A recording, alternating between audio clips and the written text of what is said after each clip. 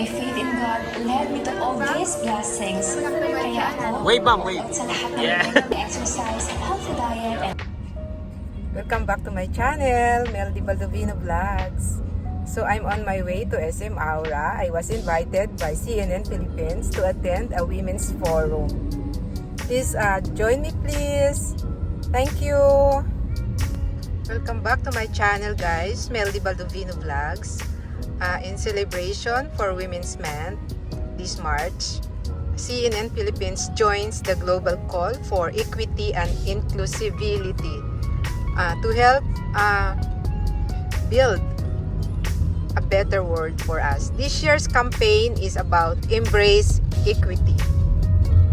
To be able to raise awareness about International Women's Day campaign and to give people take a stand on gender equity. So, di ba dapat mga kababaihan, wag tayong patatalo sa mga lalaki. So, samahan niyo ako guys. I'm on my way na to SM Aura.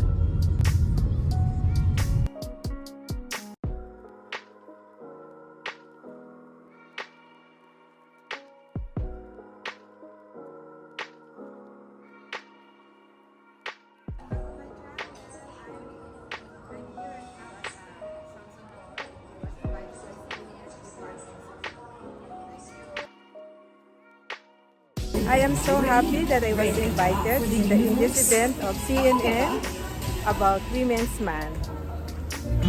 Thank you guys! Ngayong pandemic, serving others.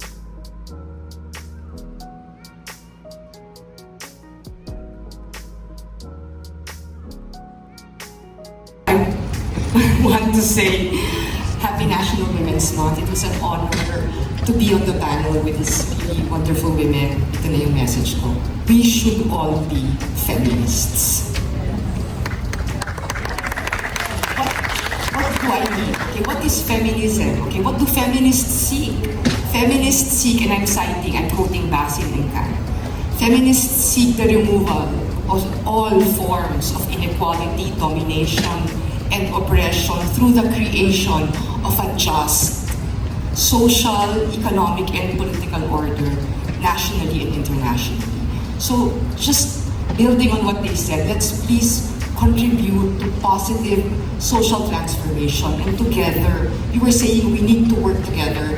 All of us need to work together to build a world where no one is left behind. So I hope that we are all in this together, because that's the only way we will succeed. Thank you very much. Thank you po. Soji as orientations, no, people. And I do this as a very committed ally of the LGBTQI community. And I'll say that it helps when it's an ally who speaks. To reach out to people who are not members of the LGBTQI community and trying to convince them why they should be allies like myself. Anyway, I agree that it's very important, as the professor says, that narratives change us. They affect us. And I'm invited to talks around the world actually now. And I use diversity, equity, and inclusion because that is the most important thing these days.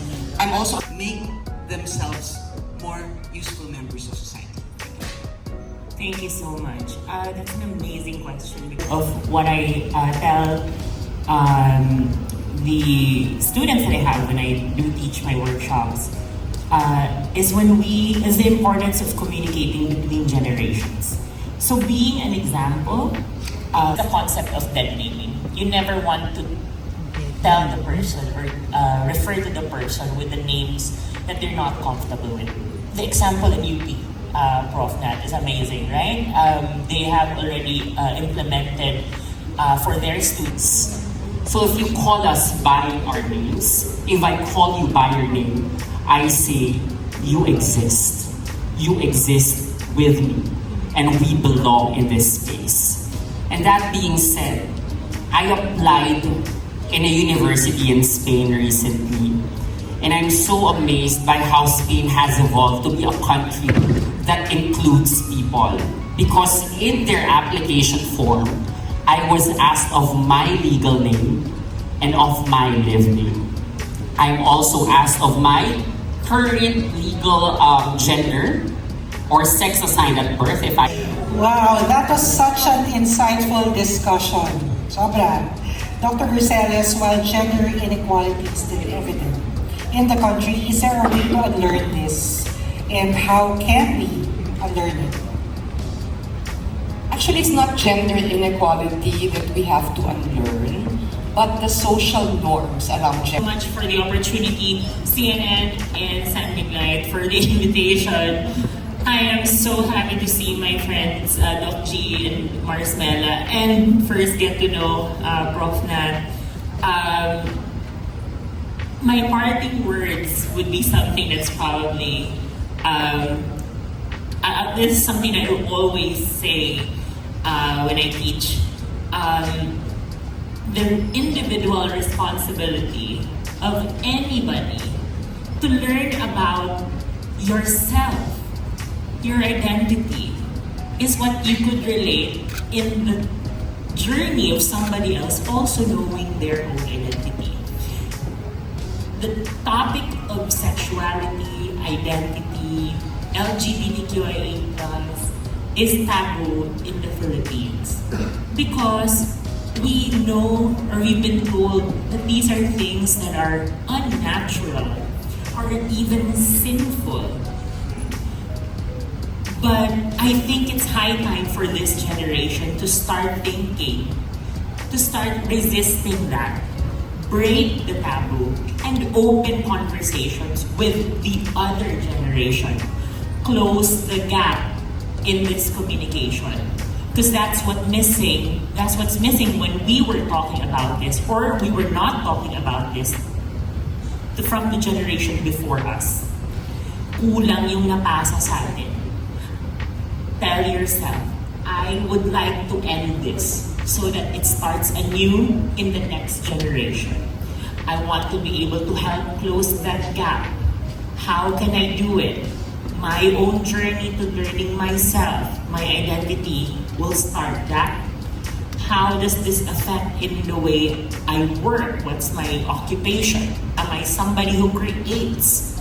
Therefore, I want that thing that I create to carry this message of communicating that this is something that we should be talking about and, open it up for the next generation. So I guess when these things happen, when the gap is closed, we can expect that eventually there will be a generation where talks like this, Pride Month, those kinds of things won't even exist anymore because we already understand it.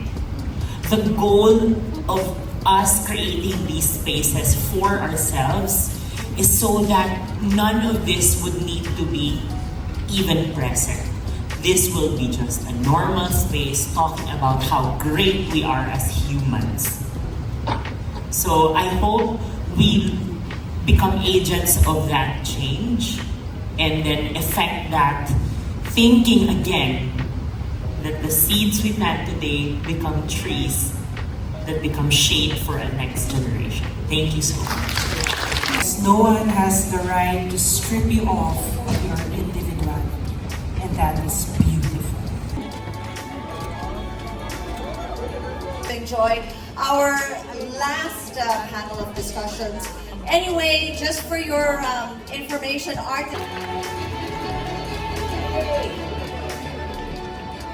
as to how you actually, and it wasn't an easy one. I mean, no story or anything of sex life. Sarah, you have actually, you have come a long way from your sari store days, right? Flight attendant days, eco bag days. What else? One kacha at a time, one kacha bag at a time. You have come a long way to be where you are now. You've actually had to build your brand from the ground up. So tell me, from all that, how many years? How many years you and Sarah? I started doing business in 2005, so it's like 18 years ago. Okay, from How about math go? I'm not sure, but it was a long time. it was a long time. From all those years, what would you say would be, the biggest hurdle that you had to tackle? Usually, my answer to that question is like, diba, access to capital, balancing. Do you know what are you feeling right now? That's the release of your endorphins. Okay, so always, that's the goal.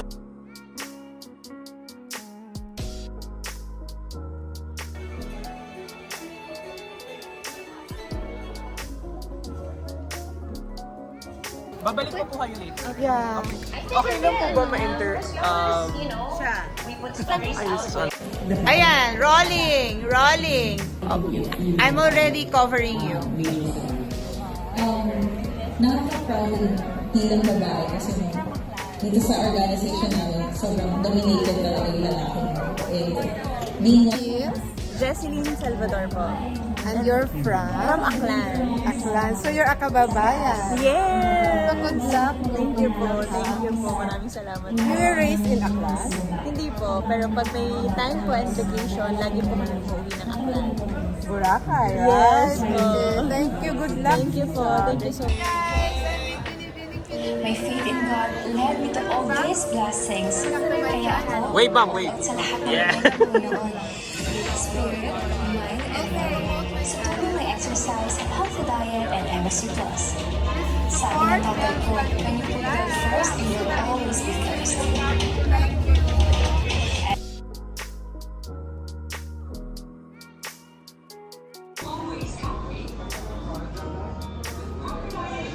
Hi guys, and I really would like to thank CNN and I Can Serve Foundation for inviting me to this event. There's always a saying that there is always one woman who will take care of a woman. Thank you very much.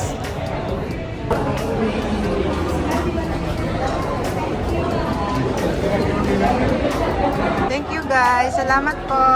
Thank you. So yun guys, katapos lang ng event and thank you very much CNN for inviting us today. Bye guys and please do support my channel, Melby Baldovino Vlogs. Hinabati ko lang si Melby Baldovino at syempre subscribe na rin tayo kay Melby Baldovino Vlogs para na matuwa siya na kayo'y nagsisubscribe sa kanya. Please do subscribe to Melby Baldovino Vlogs. Kaya rani mga bate at ako, kahit ako, magsusubscribe.